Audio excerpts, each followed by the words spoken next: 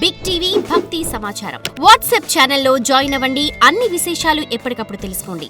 Big TV ప్రేక్షకులందరికీ స్వాగతం. మనం ద్వాదశ జ్యోతిర్లింగాల ప్రాశస్త్యము, దాని మహత్వం కోసం తెలుసుకుంటున్నాం. ఈరోజు అతి ముఖ్యమైనటువంటి, అతి పవిత్రమైనటువంటి, మహిమాన్వితమైనటువంటి ఓంకారేశ్వర జ్యోతిర్లింగం కోసం తెలుసుకుందాము. ఓంకారేశ్వర్ నిజంగా భగవంతుణ్ణి ఓంకారేశ్వరుడిగా, ఓంకారనాథుడిగా పూజ చేస్తారు. ఓంకారము అనగానే మనకి వెంటనే ఆ ప్రణవ మంత్రము, ఓం నమ శివాయ పంచాక్షరి మంత్రం, ఓం నాదము, ఓం ధ్వని, ఇవే గుర్తొస్తూ ఉంటాయి. ఇప్పుడు సైన్స్ కూడా ఎన్నో రకాల రీసెర్చెస్ చేసి ఇదే చెప్తుంది. ఓం ధ్వని చేయటం వలన, ఓం చాంటింగ్ చేయటం వలన ఆ పాజిటివ్ వైబ్రేషన్స్తో, ఆ ప్రకంపనలతో మన మనస్సులో కూడా ఒక పాజిటివ్ డివైన్ వైబ్రేషన్స్తో కూడినటువంటి అట్మాస్ఫియరు, అలాగే శరీరంలో ఉన్నటువంటి ప్రతి అంగంలో కూడా చక్కటి బ్లడ్ సర్క్యులేషన్ జరుగుతుంది. ఎన్నో రకాల బాధలు, నొప్పులు తగ్గుతాయి అని అంత గొప్ప శక్తి ఉంది ఓంకార ప్రణవనాద మంత్రానికి అని చెప్తారు. మరి ఈ ఓంకారేశ్వర మహాపుణ్యక్షేత్రము మనకి మధ్యప్రదేశ్లో వింధ్య పర్వతాలలో కనిపిస్తుందన్నమాట. సో ఇంకా భగవంతుడైనటువంటి భోలానాథుణ్ణి స్తుతి చేసేటప్పుడు కూడా ఓంకారం సృష్టి సారం విధి విధి లిఖితం మోక్షదక్షం సుభిక్షం గంగాంగం దివ్యలింగం సార్ణపూర్ణ సమక్షం వేదార్థం వ్యాసపీఠం శాంతికాంతం సుఖాంతం అని ఈ విధంగా ఆ విశ్వనాథుణ్ణి ఎన్నో రకాలుగా వర్ణిస్తూ, ఉపాసన చేస్తూ, ఆరాధిస్తూ ఉంటారు.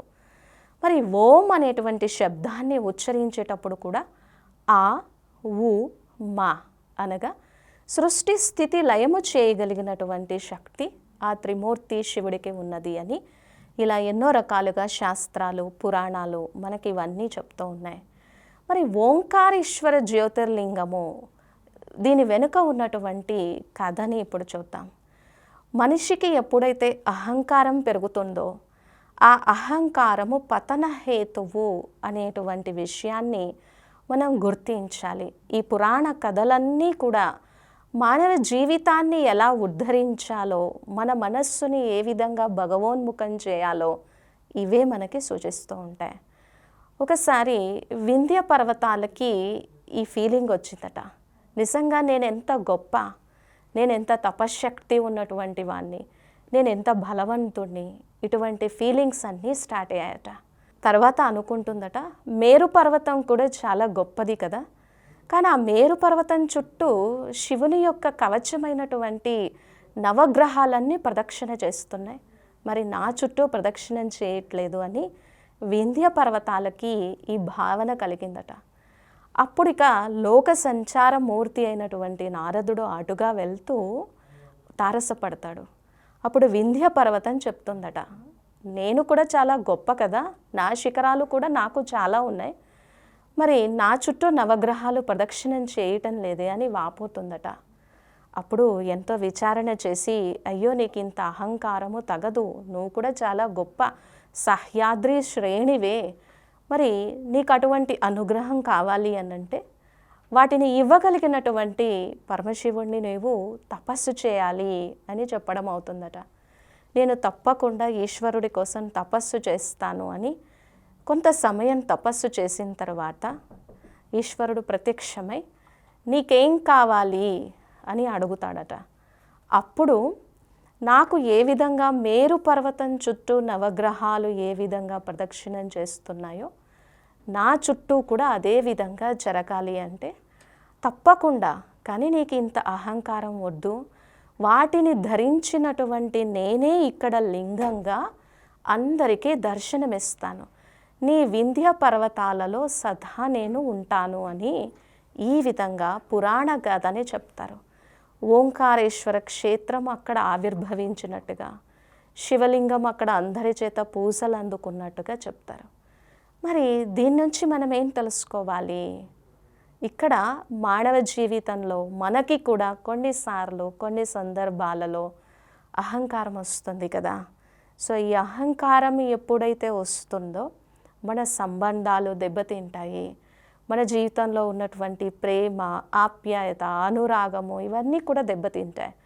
దాంతోపాటు అహంకారం ఒక్కటే రాదు.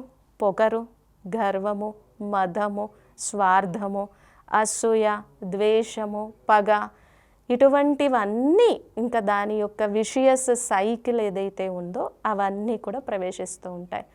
కొన్నిసార్లు ఎలా, నేను చాలా అందంగా ఉన్నాను, నా అంత తెలివితేటలు కలిగినటువంటి వారు లేరు, నా అంత ఎడ్యుకేటెడ్ లేరు, నాకున్నంత పోస్ట్ పొజిషన్ స్టేటస్ ఇంకొకరికి లేదు అని ఇలా రకరకాలుగా అహంకారం మన మనస్సులో తలెత్తుతూ ఉంది. సో అహంకారం తలెత్తినప్పుడు వెంటనే మనిషి అభిమానానికి కానీ, అవమానానికి కానీ, కోపానికి కానీ గురి అవుతూ ఉంటాడు. ఇటువంటి సమయంలో ఈ నెగిటివ్ ఎమోషన్స్ అన్నింటినీ తగ్గించుకోవాలి, మన జీవితం కూడా ప్రశాంతంగా దివ్య గుణాలతో ఉండాలి అంటే మనకి కూడా ఒక సద్గురువు కావాలి. ఆ సద్గురువు ఎవరు? తండ్రి అయినా, టీచర్ అయినా, సద్గురువు అయినా అది ఆ పరమాత్ముడికే సాధ్యమవుతుంది.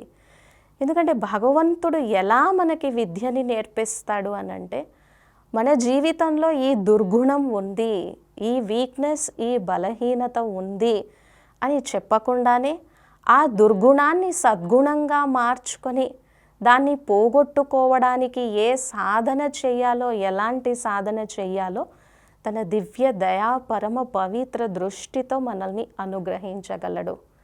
మరి గురువుకు మించినటువంటి దైవము లేదు అని అందుకే చెప్తారు. అంటే ఆ సద్గతిని, ఆ సద్బుద్ధిని, ఆ జ్ఞాన యోగాలని, వాటి వలన వచ్చేటువంటి ఐశ్వర్యాన్ని ప్రసాదించగలిగినటువంటి శక్తి ఉన్నవాడు. మరి అటువంటి గురువు దొరకటము అదృష్టం. ఇక్కడ వింధ్య పర్వతాలకి దొరికారు. సో సరి అయిన మార్గాన్ని చూపించారు, పరమశివుని యొక్క అనుగ్రహాన్ని పొందగలిగారు. అలాగే ఇక్కడ కూడా బడ జీవితంలో సదా ఆ ఓంకార స్వరూపుడైనటువంటి ఓంకారం సృష్టి సారం విధి విధి లిఖితం మోక్షదక్షం సుభిక్షం గంగాంగం దివ్యలింగం అయినటువంటి ఆ పరమ పవిత్రమైనటువంటి విశ్వేశ్వరుని యొక్క ఆశీర్వాదాలు మన జీవితంలో కూడా ఎప్పుడూ ఉండాలి అంటే ఇటువంటివి ఎన్నో తెలుసుకోవాలి, వాటి వెనుక ఉన్నటువంటి ప్రాశస్త్యం తెలుసుకోవాలి. ఇంకా ఇక్కడ ఉన్నటువంటి ఇంకొక గొప్పతనం ఏంటంటే ఓంకారేశ్వర క్షేత్రంతో పాటు అమలేశ్వరుడిగా కూడా ఇక్కడ ఈశ్వరుడు పూజలు అందుకుంటూ మనకు ఈ 2 పవిత్ర జ్యోతిర్లింగాలు కనిపిస్తూ ఉంటాయి. అమలేశ్వర్ అని అంటే ఏ విధమైనటువంటి మాలిన్యము లేకుండా నిర్మలమైనటువంటి, శుద్ధమైనటువంటి, సుగంధభరితమైనటువంటి, పవిత్రమైనటువంటి పరమ పవిత్రతా సాగరుడు, అటువంటి శాంతి, దయ, ఆనంద సాగరుడు.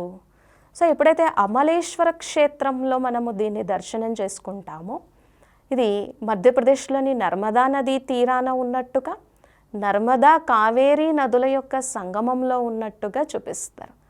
మరి ఎప్పుడైతే ఇటువంటి నిర్మల భాషిత శోభిత శుద్ధ ప్రకాశ స్వరూపాన్ని ఓంకారేశ్వరునిగా మనం పూజ చేస్తామో, మన జీవితంలో ఉన్నటువంటి కర్మ భోగము, ఆ కర్మల వలన వచ్చేటువంటి ఆ దోషాలు, ఆ కర్మ భోగాన్ని, వాటన్నింటినీ కూడా నివారించి స్వచ్ఛమైనటువంటి, శుద్ధమైనటువంటి, నిర్మలమైనటువంటి మనస్సుని మనకి అనుగ్రహించగలిగినటువంటి శక్తి ఉన్నటువంటి వాడు అమలేశ్వరుడు. ఒక పక్క ఓంకారేశ్వర్, ఇంకొక పక్క అమలేశ్వర్. కావేరీ నర్మదా నది సంగమంలో ఉన్నటువంటి వింధ్య సహ్యాద్రి పర్వత శ్రేణువుల్లో ఉన్నటువంటి ఈ ఓంకారేశ్వర జ్యోతిర్లింగము ఈ విధంగా పూజలు అందుకుంటూ భగవంతుని యొక్క అనుగ్రహాన్ని పొందడానికి అనువైనటువంటి ఉపాసనా స్థలంగా భాసిస్తోంది.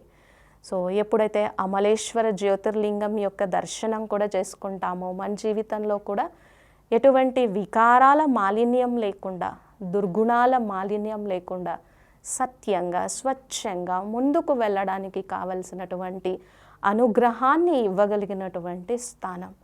మనం ఎంత విశ్వాసంతో, నిశ్చయ బుద్ధితో పరమాత్మని ఆశ్రయిస్తామో అంతగా ఆ తండ్రి యొక్క అనుగ్రహాన్ని పొంది సదా ప్రసన్నంగా, ఆనందంగా ఉండగలము. For more videos like this, subscribe Big TV channel.